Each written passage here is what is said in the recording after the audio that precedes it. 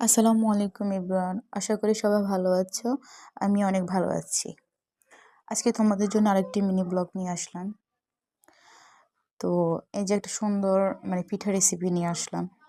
পিঠাটাকে আমাদের লক্ষ্মীপুরের ভাষায় বলে শুকনা পিঠা অথবা ঝুনঝুনি পিঠা, যেটাকে আমি ছোটকাল থেকে চিনে আসলাম বা দেখতাম বড়রা বলে, এটাই বলে। তো এটার আরও কোনো ভাষা আছে কিনা আসলে আমি ঠিক জানি না। তো তোমাদের কোন কোন জেলায় কি কি নামে এই পিঠা পরিচিত অবশ্যই কমেন্টে জানাবা। আর কে কোন জেলা থেকে আমার ভিডিও দেখছো সেটাও কমেন্টে জানাবা। তো এই যে দেখো, বলতে বলতে প্রায় পিঠা আমি বানিয়ে নিলাম। তো আমি অনেক বছর পর এটা ট্রাই করলাম। অত ভালো হয়নি, তারপর চেষ্টা করলাম ভালো করার জন্য। তো তোমরা আমার ভিডিও যদি ভালো লাগে অবশ্যই লাইক কমেন্ট শেয়ার করবা, প্লিজ প্লিজ। আর আজকের ভিডিও আমি এখানে শেষ করলাম। সবাই ভালো থাকবা, সুস্থ থাকবা।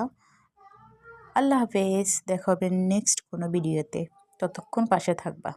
ধন্যবাদ।